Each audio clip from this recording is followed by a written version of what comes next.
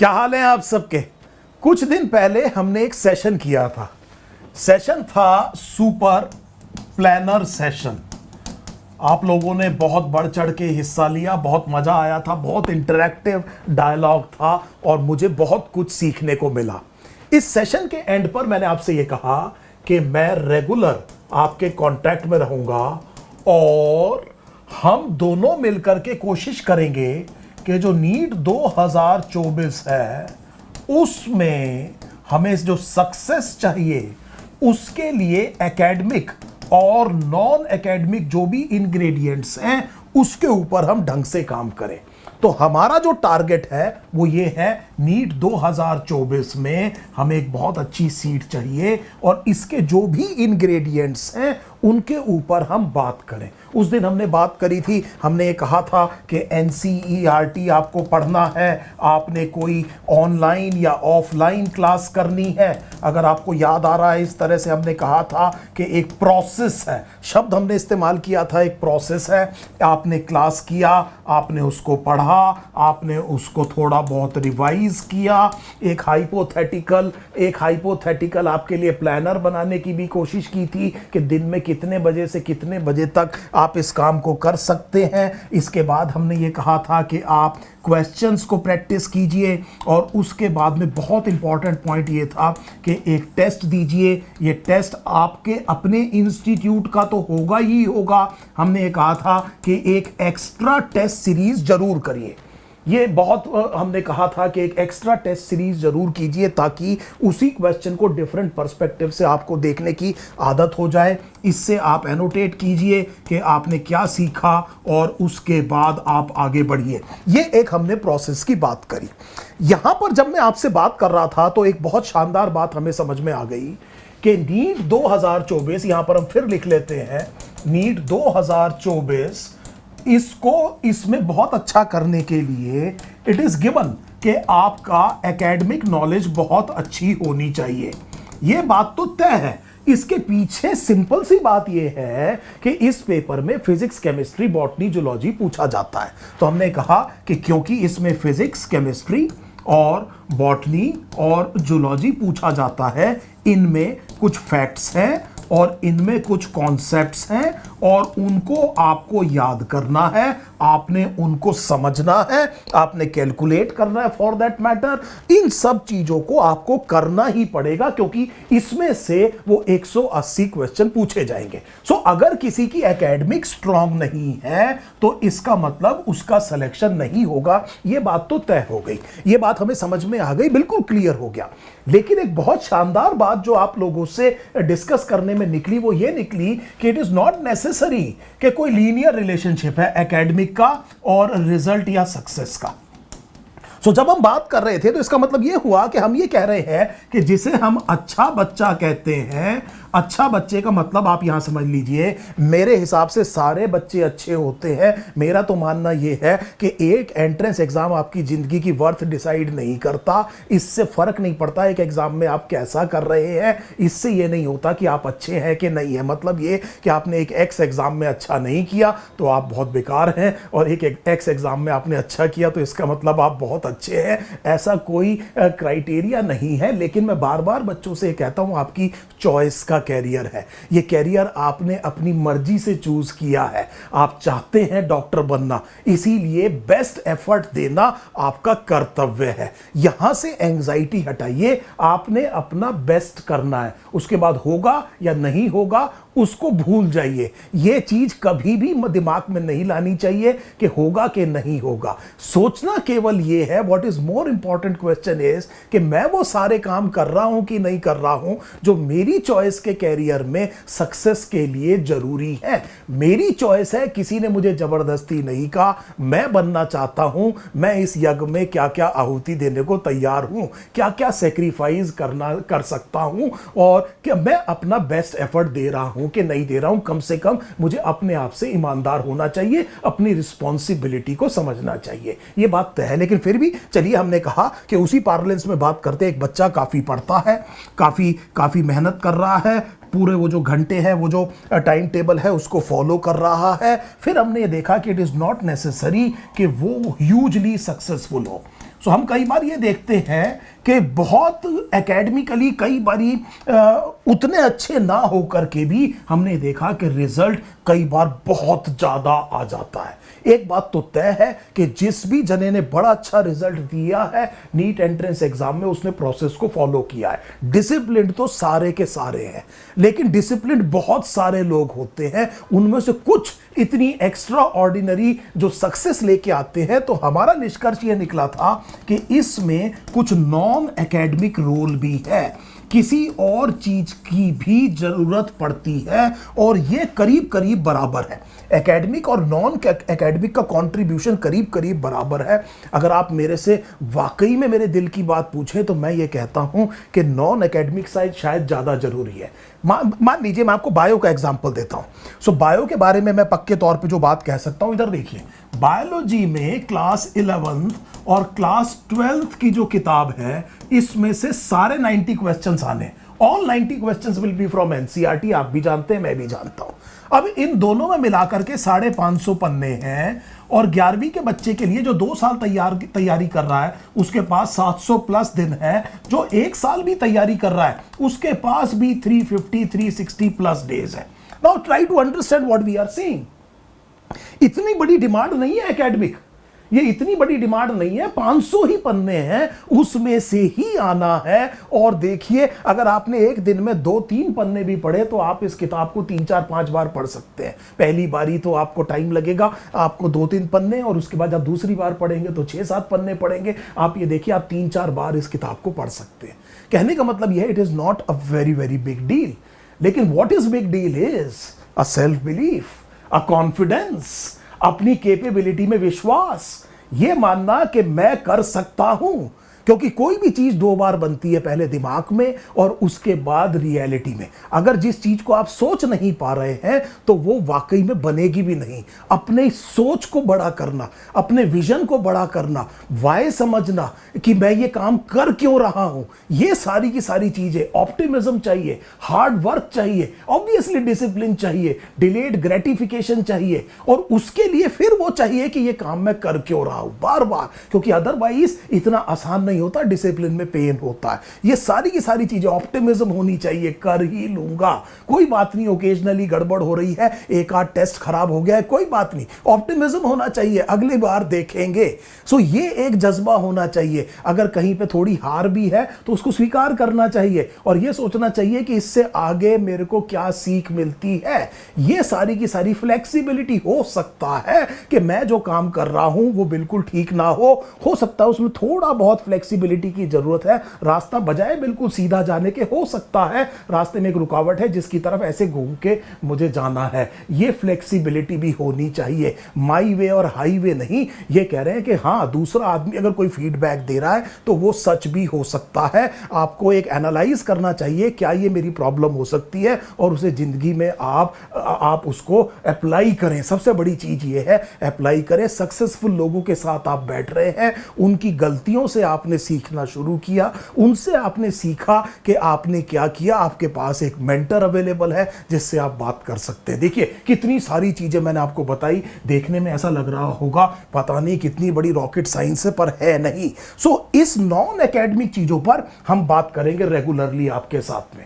सो ये जो मैंने आज पहला वीडियो किया है, इसके बाद आप ये समझिए कि मैं हर कुछ दिनों में आपके साथ आऊंगा और आपको ज्ञान ना देकर के कुछ टेंजिबल बातें बताऊंगा। टेंजिबल बातें वो है जिसे हम वाकई में कर सकते हैं, उसको करने का तरीका देखेंगे कैसे करते हैं, और उसका कोई रिजल्ट सामने आएगा। कुछ दिनों में हमें पता चलेगा कि इससे हमें फायदा हो रहा है कि नहीं हो रहा है। हो रहा है तो उसको फॉलो करेंगे, नहीं हो रहा है तो छोड़ देंगे। मुझे उम्मीद है ये बात आपको क्लियर हो गई होगी। अब देखिए आगे, मान लीजिए मैं यहां पर आपसे एक बड़ी इंपॉर्टेंट बात ये कह रहा हूं कि लेट अस से कि आपके पास एक डेफिनेट चीफ एम होना चाहिए।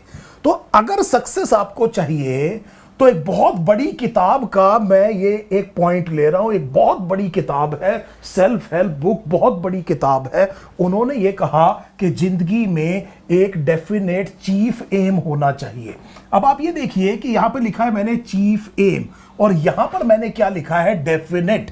इस वर्ड का मतलब समझिए। Now this chief aim has to be defined, पूरे तौर पे होना चाहिए। अगर मैं आपसे ये पूछूं कि आप जिंदगी में क्या करना चाहते हैं और आप ये कहते हैं कि मैं जिंदगी में बहुत अच्छा करना चाहता हूं, बहुत अच्छा करना चाहता हूं, तो इसका मतलब क्या है? तो मुझे ये समझाओ कि इसका मतलब क्या है, ये क्या क्या समझूं मैं, इसका मतलब क्या है? मान लीजिए, चलिए फाइनेंशियल बात में करते हैं। अगर मैं ये पूछता हूं कि किसी भी जने से ये पूछता हूं कि बताइए आपका फाइनेंशियल एम क्या है, और वो कहता है कि मैं बहुत सारे पैसे कमाना चाहता हूं, बहुत सारे पैसे कमाना चाहता हूं, बहुत सारे पैसे कमाना चाहता हूं, मैं मेहनत करूंगा, मैं पूरा लीगली अच्छी तरीके से पैसे कमाना चाहता हूं, मान लीजिए ये कह दिया। पर ये बेटे डेफिनेट नहीं है।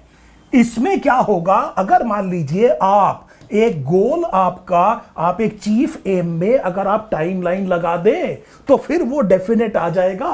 फॉर एग्जाम्पल, नीट एस्पिरेंट के बच्चे को अगर वो ये कहता है कि जी आपका नीट 2024 में मैं बहुत अच्छा करना चाहता हूं, अब एकदम आप समझ गए कि इसका मतलब क्या है, बहुत अच्छा करना चाहता हूं, तो आप समझ गए कि ये डेफिनेट नहीं है, ये डेफिनेट नहीं है। आपने ये कहा कि 5 मई होगा कि नहीं होगा एग्जाम, आप डेट डाल दीजिए 5 मई 2024, मेरे ख्याल से संडे होना चाहिए, इस दिन नीट एंट्रेंस एग्जाम है।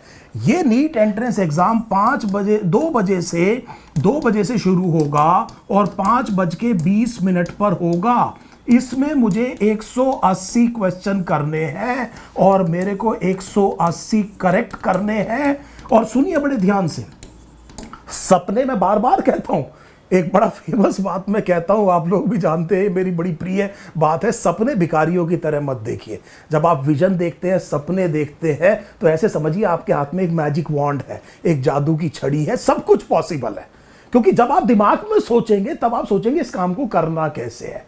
आप ये मत सोचिएगा कि एक आखिरी सीट मिल जाए, सीट भी मैं घर से ले जाऊंगा, अपनी गाड़ी की उखाड़ के ले जाऊंगा, अपनी जो स्टडी टेबल है वो वाली सीट ले जाऊंगा, इसका भी खर्चा सरकार से नहीं करवाऊंगा, सीट मैं ले जाऊंगा, 2-4 और लोगों की सीट मैं ले आऊंगा, मेरा कंट्रीब्यूशन हो जाएगा। इस तरह की बात नहीं करनी है आपने। छोटा सा ये हो जाए, छोटा सा वो हो जाए, थिंक ग्रैंड, मैग्नेनिमिटी से सोचिए। आपने अपने, क्योंकि आप किसी को बता नहीं रहे हैं, आप सड़क पे खड़े होकर के यहाँ भाषण नहीं दे रहे हैं लोग, अभी आपको एम्बेरस होने की जरूरत नहीं है, वैसे भी नहीं होना चाहिए, वैसे भी नहीं होना चाहिए। आपका अपना ड्रीम है, इसमें क्या बात हो गई, एग्री। आपने ये कहा कि मुझे 180 में से 180 करेक्ट करने हैं, मुझे 720 नंबर चाहिए और मुझे एम्स दिल्ली में जाना है। अब मुझे एक बात बताइए, क्या ये बात सही है कि इससे ये एम बेहतर लिखा गया है? देखिए आप बड़े ध्यान से, आप बताइए, आप ये एम करना चाहते हैं कि इस एम को करना चाहते हैं? जो चीज दिख नहीं रही टारगेट, उस पर निशाना कैसे लगाएंगे? ये तो दिख रहा है आपके पास में। अब आपने ये कहा कि ये मेरा एक क्या है, डेफिनेट चीफ एम है। सो सबसे पहले ये डेफिनेट चीफ एम, और इस एम को प्लीज, इस एम को लिख लीजिए, इस एम को लिख लीजिए, ध्यान से समझिए बेटे। मैं आपसे कह रहा हूं, पुट इट इन राइटिंग। एक बड़ा सा चार्ट पेपर लीजिए, उस पर बोल्ड पेन से लिख लीजिए कि आपका एम क्या है, और इसको ऐसी जगह प्लेस करिए जो कम से कम दिन में एक बार, once a day, now this is I am saying at least दिन में एक बार आपको दिखाई दे। ये लिखा हुआ आपको दिखाई देना चाहिए। इसे लिख के किसी अखबार में लपेट के संदूक में दबा के मत रख देना कि इसके बाद देखेंगे, इसको 1 साल बाद धूप लगाएंगे। इसको धूप लगाओ, इसको सामने रखो, ये आंख से दिखना चाहिए, ये टारगेट दिखना चाहिए। इससे होगा ये कि आप अपने सबकॉन्शियस माइंड को एक ऑटो सजेशन कर रहे हैं, ऑटो सजेशन कर रहे हैं। बार बार एक चीज उसके दिमाग में जब आ रही है तो आप ये देखेंगे कि आपका दिमाग मान लेता है इस बात को। जब आप बार बार एक ही चीज दिमाग को समझाते हैं, ये मुझे करना है, ये मुझे करना है। आपने बचपन में जिद करी थी, आपको बाजार में कोई चीज चाहिए था, आपके पेरेंट्स के पास उस टाइम शायद जेब में और किसी काम के लिए पैसा था, लेकिन आपको एक खिलौना चाहिए था। आप जमीन पर लेट गए और आपने जोर जोर की रोना शुरू किया। जब आप बहुत छोटे थे, आसपास के लोगों ने रुक के देखा कि ये बच्चे के साथ क्या जाती हो रही है, और आपके पेरेंट्स को वो खिलौना खरीदना पड़ गया। मेरा मतलब क्या है, इसको पॉजिटिव तरीके से लीजिए। यहीं से मेरी बात समझिए कि ये जो ऑटो सजेशन है, ये जो सबकॉन्शियस माइंड को इंप्रूव करता है, इसीलिए मेरा ये जो चीफ एम है बहुत शानदार होना चाहिए। ठीक है, मैं सबसे बढ़िया जेब काटने वाला नहीं बनना चाहता हूं, कहीं मैं रोज ही अपने आप को ऑटो सजेस्ट करना शुरू कर दूं। Please try to understand what we are saying. ये जो दिमाग है बड़ा फर्टाइल है आपका सबकॉन्शियस माइंड, इसमें आप जो बोएंगे उग जाएगा। अगर आपने पॉजिटिव बोया तो ये पॉजिटिव बन जाएगा, अगर ये नेगेटिव बोया तो आपने नेगेटिव चीज़ों को कर लेंगे। हिस्ट्री इस बात की साक्षी है, इस चीज़ को 100% हिस्ट्री में आपको हजारों एग्जाम्पल मिलेंगे कि इस पावर ऑफ सबकॉन्शियस माइंड का इस्तेमाल करके प्रॉपर लोग बड़े बड़े इन्वेंटर्स बने हैं, बहुत बड़े जो रिफॉर्मिस्ट हैं वो बने हैं, बहुत शानदार जिन्होंने चेंज किया ऐसे पॉलिटिशियंस बने, और दूसरी तरफ टायरेंट्स बने हैं, डिक्टेटर्स बने हैं जिन्होंने लोगों की जिंदगी को क्या कर दिया है, बहुत खराब कर दिया है। चॉइस आपकी है। आपने एक डेफिनेटिव चीफ एम जो अपना रखना है वो बड़ा ग्रैंड होना चाहिए, वो लीगल होना चाहिए, वो जिंदगी में सबको किसी का नुकसान ना करे इस तरह का होना चाहिए, दूसरों के लिए आप एक प्रेरणा का स्रोत बने, ये सारी चीज होनी चाहिए, इस तरह का एम, और उसे अपने सामने टांग दीजिए और वो रोज रोज आपको दिखाई देना चाहिए ये मुझे करना है। एक तो मैंने आपको टेंजिबल चीज बताइए इसमें क्या चीज है जो आप नहीं कर सकते, क्या ये डुएबल है कि नहीं है, इसको किया जा सकता है कि नहीं किया जा सकता। ज्यादा से ज्यादा क्या होगा, आपका एक चार्ट पेपर और उस पर जो आपने लिखा वो 15 दिन में आपको लगेगा बेकार है, इसे फाड़ के फेंक देना, क्या खराब हुआ आपका। सो कहने का मतलब है हम बार बार यहां पर वो बात करेंगे जो जिंदगी में एक्चुअली बड़ी आसानी से की जा सकती है। सो पहली चीज तो हमें यह समझ में आ गई कि डेफिनेट चीफ एम चाहिए। आज की बात का बड़ा इंपॉर्टेंट पॉइंट हमारा ये था। आगे देखिए, इसके बाद मैं आपसे ये कह रहा हूं कि आपको एक काम और करना है। देखिए बेटे, यहां पर आपने एक काम और करना है। Let me have an another slide for you. मेरे पास एक और चीज है, वो ये है, अब आप किसी को बार बार बताइए मत इसको। आपने एक बार बता दिया, बार बार कहने की जरूरत नहीं है। अब लोग आपसे कहेंगे भैया बोलो मत, बहुत हो गया, आप दिखाओ, करके दिखाओ। सो कहने का मतलब यह है कि आपने एक एम रख लिया। अब एम रखने के बाद में आपका सीधा काम यह है, आपने जो वो लिख के रखा है वो अपने लिए लिख के रखा है ताकि आप दिन में एक बार उसको देख सके। आप दुनिया को बार बार नहीं बता रहे हैं कि मैं एम्स दिल्ली जाना चाहता हूं, एम्स दिल्ली जाना चाहता हूं। आप एक काम करिए, आपने बता दिया एक आध बार, और अब जो है आपको अपने दिल पे पता है कि मुझे क्या करना है, और आपने अपना action, everything is action. Ultimately planning paralysis नहीं होनी चाहिए। आपने प्लान बनाई, अब इसको एक्शन में ले आइए। सो इसको हम ये कह रहे हैं कि बार बार बोलने की जरूरत नहीं है, अब आप करके दिखाइए। ये है मेन चीज। मुद्दे की बात ये है कि सक्सेसफुल आदमी इसको करके दिखाता है। और सुनिए मेरी बात को, कितना रिजल्ट आएगा, अब आप मेरी बात बड़े ध्यान से सुनिएगा। अगर आपका एम्स दिल्ली नहीं होता है, मान लीजिए एम्स दिल्ली नहीं होता है, तो ये बेटे आपका फेलियर नहीं है, आपको बहुत शानदार सक्सेस मिलेगी जो नॉर्मली इस तरह से नहीं मिलती, उससे बेहतर मिलेगी। ये बात मेरे से आप लिख के रख लीजिए।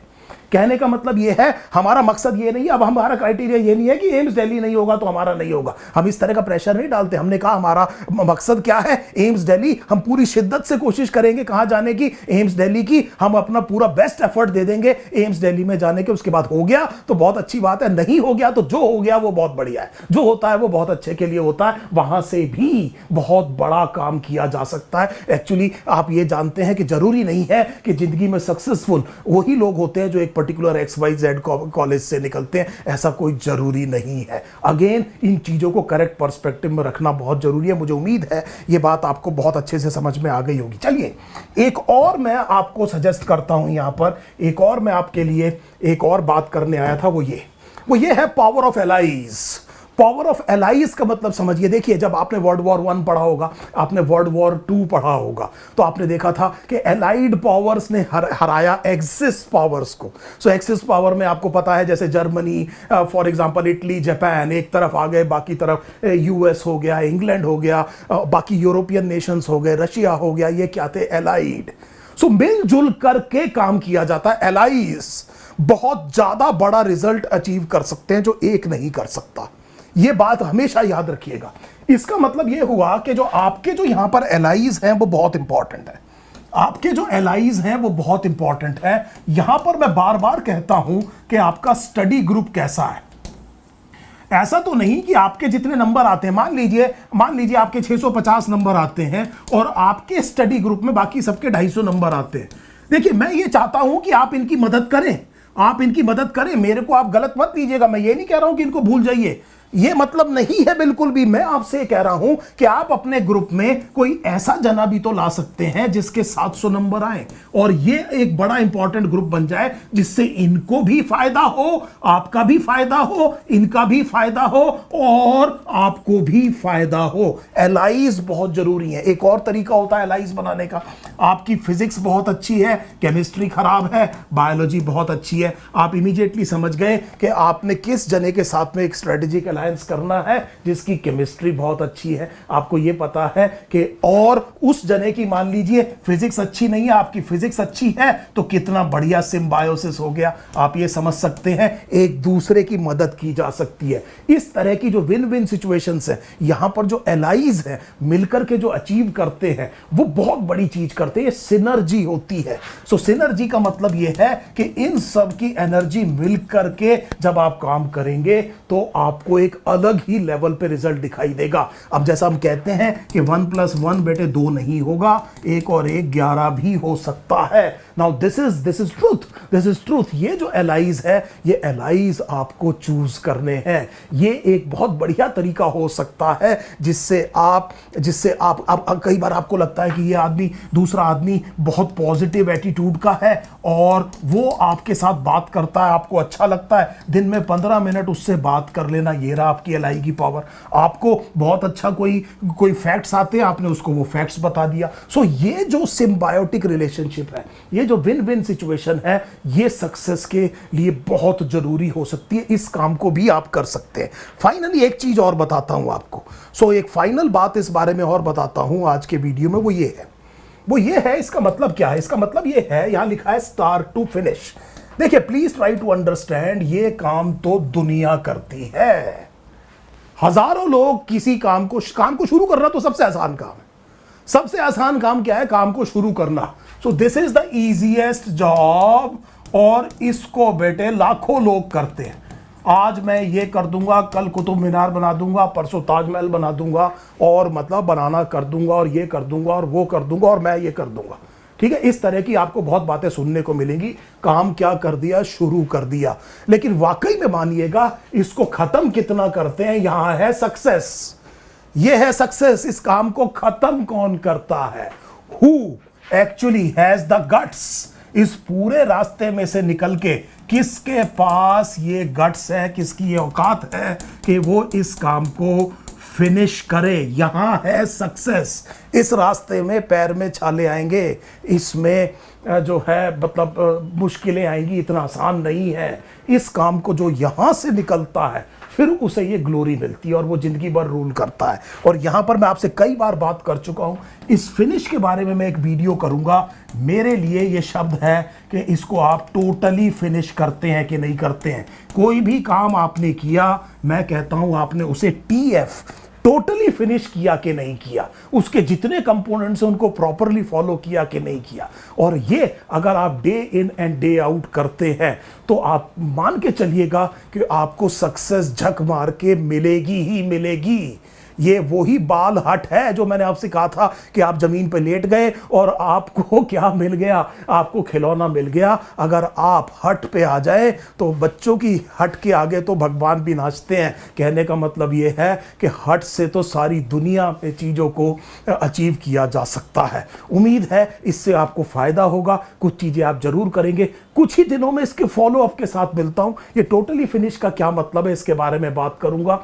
प्लीज चैनल को सब्सक्राइब कीजिए। कोई भी प्रॉब्लम है आपकी, आप डालिए ताकि वो मैसेज मेरे तक पहुंचता रहे और उसका निदान किया जा सके। अभी 2024 में टाइम है, 2024 नीट में टाइम है। बहुत आसानी से जो भी हमारी रिक्वायरमेंट है उसको पूरा किया जा सकता है। Thank you for your time.